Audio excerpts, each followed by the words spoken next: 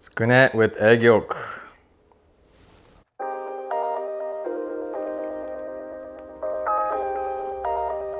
The cartilage crunch. Miso, tare.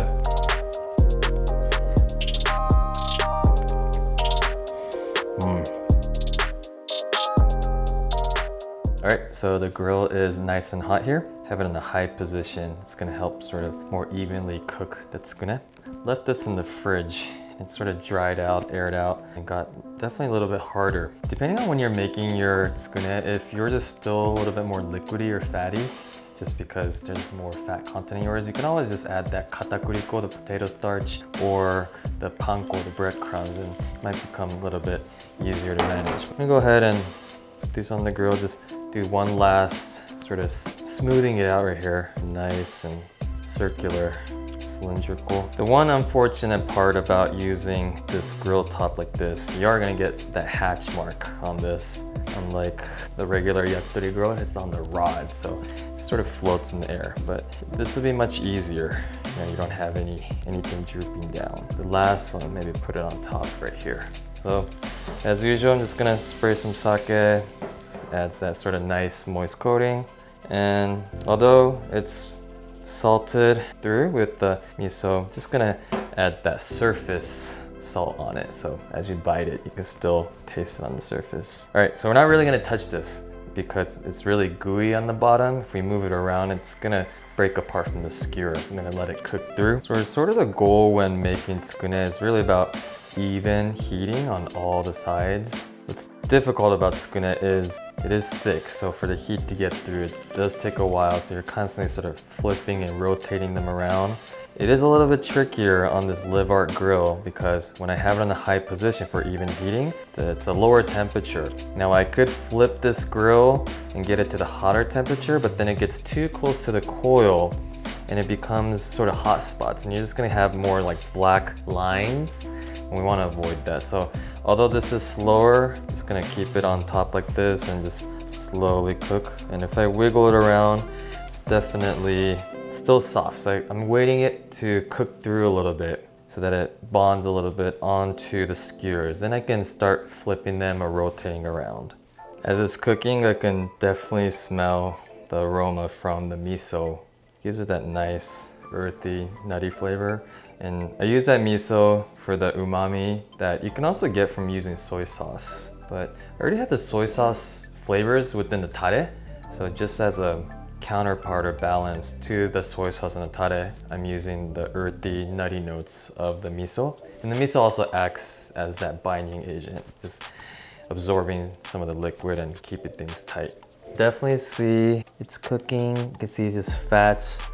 It's dripping out. I really want to flip these and rotate these right now not to lose all those fats, but it hasn't cooked enough. Maybe it has cooked a few millimeters through. I want to at least go maybe a 5 to 10 millimeters, almost a centimeter through before I can flip it and rotate it. And it might be sticky, so it could help to sort of season this grate. If you're using this grill, just brush on some oil. That way it won't stick as much. But it's at this point, it's really just a patient game. Just let it cook through, get it nice and hard on the bottom.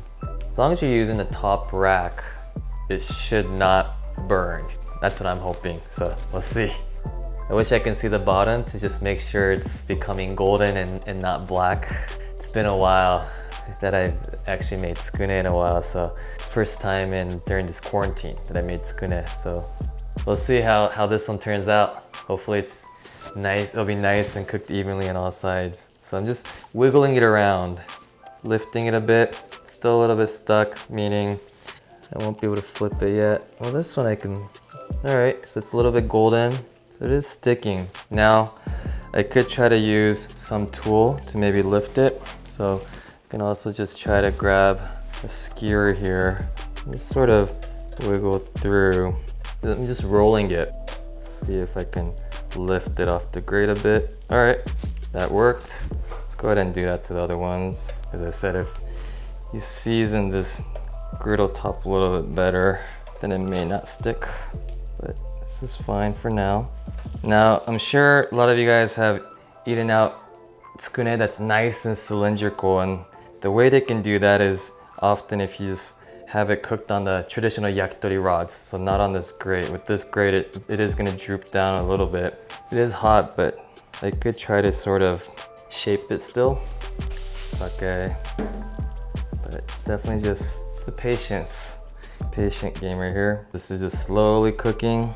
The weight does bring it back down a bit. So I'm just using the skewer here, sort of pushing the sides, hoping that I can still get it back to shape. Now, if the one side is already, the top is cooked, the bottom is cooked, if I can rotate it here, that will also sort of flatten it back down a bit on the sides and get it closer to much more cylindrical shape. This one is definitely less heat on this side, so it hasn't really cooked through, but I can keep on rotating these around. Put some sake on the side.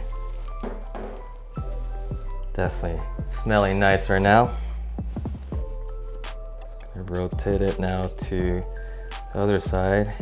And the goal is, as long as we keep on rotating around, hopefully it won't just end up as like a rectangle or a square. It becomes a little bit more round.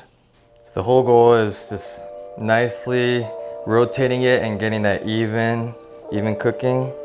So I got sort of all the sides. I'm gonna go back to the top.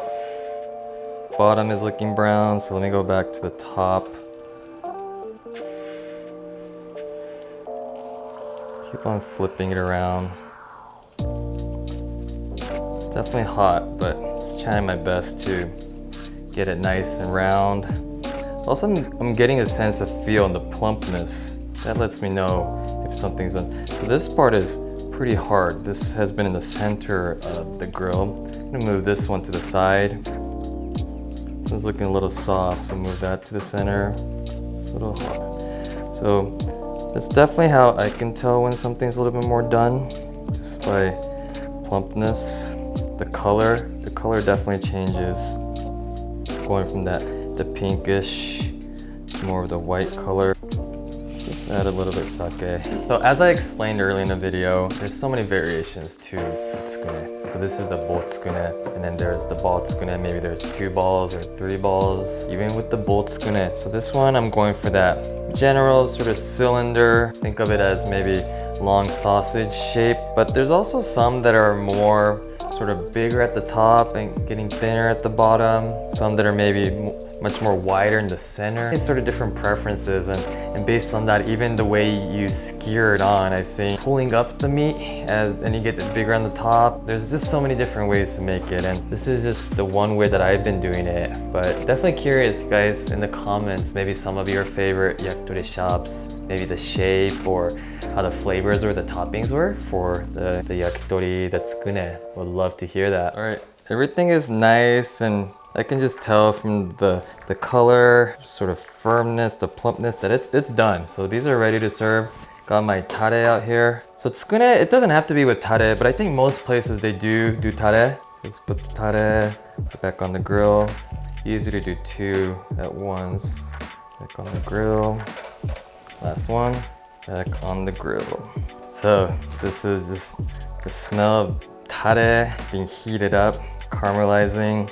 And this tare is my 2.5, I guess 6 months, 2 years, 6 months tare now. It's absorbed a lot of the smoke from the binchotan cooking that I do outside, so the tare just has a nice aroma to it too. Just the chicken fats and just the smoke. And once that hits this, just hits you with the explosion of flavor. So this one was the 2 round skewers, and then this was the 2 paddle skewers. And as you can see, it holds up in comparison to, let's say, these other ones that were on the hiragushi, the flat skewers. Now that these are done, let's get these plated. These ones over here.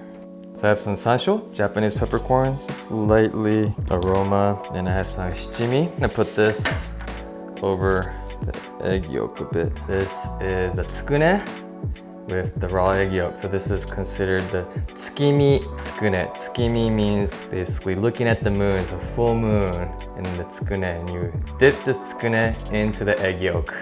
It's really good.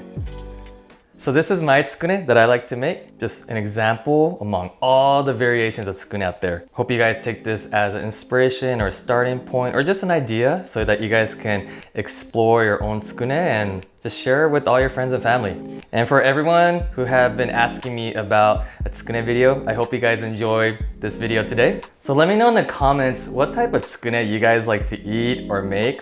What sort of variations you guys are doing. I would love to hear about them, and everyone can share with each other their specific ideas. So as I said, this is just one example, but hope you guys can take this and expand upon it. I want to keep on exploring all the different yakitori and techniques that you guys want to learn, so let me know. So that's it for today's lesson. Hope to see you guys in the next video. All right, bye guys.